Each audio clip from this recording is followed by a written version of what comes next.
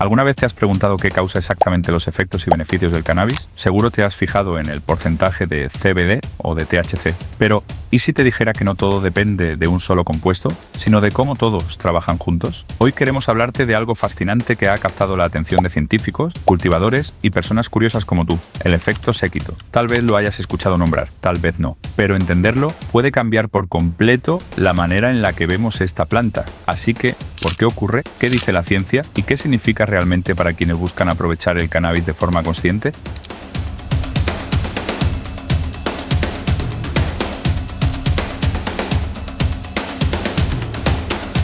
Empecemos por la pregunta más sencilla. ¿Qué es el efecto séquito? Imagina una orquesta. Cada instrumento puede sonar bien por separado, pero cuando todos tocan juntos, lo que surge es una sinfonía. Eso mismo pasa con el cannabis. El efecto séquito es el nombre que se le da a la sinergia entre los compuestos de la planta, cannabinoides, terpenos y otros elementos que, al actuar juntos, generan respuestas más ricas, más complejas y a veces incluso más eficaces que cuando actúan por separado. Esto explicaría por qué dos variedades con los mismos niveles de THC o CBD pueden producir sensaciones muy distintas. Según explica Science Court en un artículo publicado en el blog de Gorilla Grills, la clave parece estar en los llamados quimiotipos, combinaciones únicas de compuestos que tiene cada planta, según su genética, su momento de cosecha o cómo fue procesada. La presencia de todos y cada uno de esos elementos afectaría, según esta teoría, la manera en cómo funciona una genética o incluso una planta específica. Entonces te preguntarás, ¿cuáles elementos influyen en el efecto séquito? Claramente los cannabinoides como el THC o el CBD son los más conocidos, pero no están solos. El CBG, el CBC o el CBN y muchos otros cannabinoides que están presentes en la presente, algunos de ellos de los cuales aún no sabemos mucho, también forman parte de esta sinfonía. Cada uno tiene un efecto particular y lo interesante es que pueden modificar cómo actúan los demás. Y luego están los terpenos, que son los que dan ese aroma tan característico al cannabis, pero no es solo eso. Algunos estudios han mostrado que también podrían tener efectos sobre el cuerpo. Por ejemplo, el mirceno se ha asociado a sensaciones de relajación, el limoneno a un ánimo más elevado y el pineno a una mayor claridad mental. Y lo más curioso, estos terpenos pueden interactuar con los cannabinoides y cambiar su efecto haciéndolo más duradero, más suave o más equilibrado. Naturalmente, los expertos se han interesado un montón en el potencial de esta teoría y poco a poco, la ciencia ha empezado a documentar casos donde este conjunto de compuestos parece ofrecer efectos más completos. Por ejemplo, un estudio publicado por Boyko y su equipo en 2019 encontró que terpenos como el mirceno y el limoneno tienen afinidad con los receptores CB2, que están relacionados con la modulación del sistema inmune. Cuando esos terpenos actúan junto con cannabinoides como el CBD o el CBN, que también interactúan con esos receptores, pueden ayudar a potenciar el efecto y reducir la inflamación sin alterar la percepción o el estado mental. Y algo parecido ocurre con el manejo del dolor o del estado de ánimo.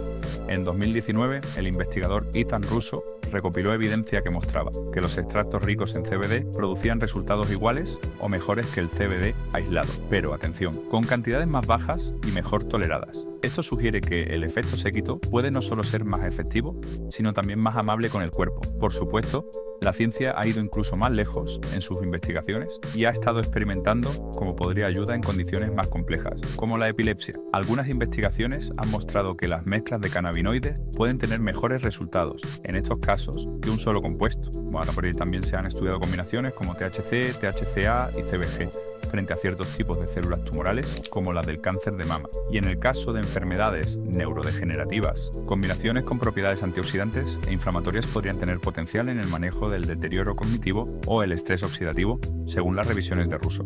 Por supuesto, todas estas posibilidades se encuentran en investigación y aún hace falta mucho respaldo para comprobarlo, pero para quienes hacemos uso del CBD y otros cannabinoides en su cotidianidad, todo esto nos lleva a una gran pregunta. ¿Qué es mejor? ¿Usar extractos completos o compuestos aislados? Como dijimos hace un rato, algunos estudios comparativos muestran que los extractos de espectro completo, es decir, los que conservan la mayor cantidad de cannabinoides, terpenos y flavonoides, pueden lograr resultados similares o incluso mejores, usando menos cantidad. Además, tienden a generar menos efectos adversos. Esto podría deberse a que los compuestos secundarios ayudan a que el CBD funcione mejor, como plantean Marinotti y Saril en un estudio de 2020. Eso no quiere decir que los aislados no tengan su lugar. En ciertos contextos como la activación de linfocitos, el CBD o el THC puros han mostrado más potencia, por no mencionar que para algunas personas evitar el THC es prioritario, ya sea por temas de salud, por preferencia personal o por cuestiones legales. En esos casos, los aislados ofrecen la ventaja de saber exactamente qué estás usando y controlar mejor el resultado. Pero detengámonos un momento y veamos la historia de su estudio. ¿De dónde viene esta idea del efecto séquito? Fue en 1998 cuando los investigadores Raphael Mechoulam y Shimon Ben Shabbat observaron que algunos metabolitos del cuerpo podían amplificar los efectos de endocannabinoides, como la anandamida. A eso lo llamaron efecto séquito, y propusieron que esa misma lógica podía aplicarse al cannabis vegetal. Años más tarde, Ethan Russo tomó esa idea y la desarrolló a fondo. En su revisión de 2011, explicó cómo los cannabinoides y terpenos podían interactuar para aumentar beneficios o reducir efectos secundarios.